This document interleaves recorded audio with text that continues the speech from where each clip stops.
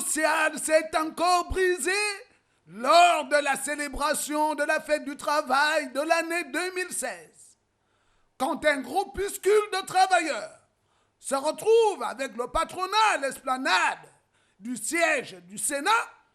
Les travailleurs indignés du Gabon, regroupés au sein de la dynamique unitaire, se sont, quant à eux, massivement regroupés dans un endroit populaire de Libreville.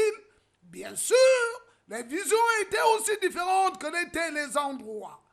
Quand les cœurs des uns étaient accrochés à leur nombril, comprenaient leur ventre, ceux des autres étaient avec les travailleurs qui ont des yeux qui sortent de leurs orbites, cherchant le moindre sou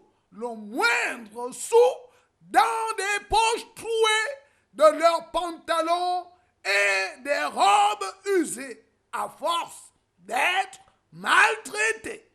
C'était à la fois répulsif, répugnant, ignoble, risible, pitié et aussi révélateur de la mentalité des dirigeants qui peuvent aisément remplacer les Gabonais par les étrangers et les faux dans le cas où ces fichus Gabonais refusent de se courber à contre-volonté.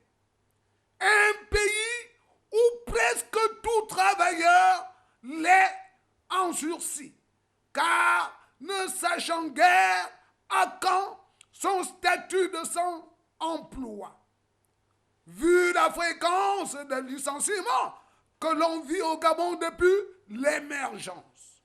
Mais malgré cela, ces mal nourris de travailleurs que nous sommes tous trouvent, pour certains, toujours le courage, enfin, l'audace d'aller le 1er mai, jour sacré pour les travailleurs bien traités, chercher les miettes qui tombent de la table de leur bourreau, faisant ainsi l'assertion qui dit que chaque peuple a les dirigeants qui lui conviennent.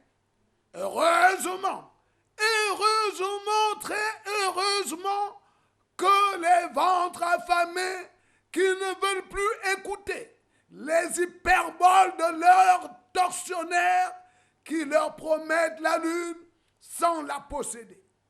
Dynamique unitaire a battu le bitume en maudissant les affabulateurs longtemps repérés pendant que les pendants pendus avec leur langue pendante bavaient d'envie de lécher les babines comme le font ceux-là à qui tout appartient.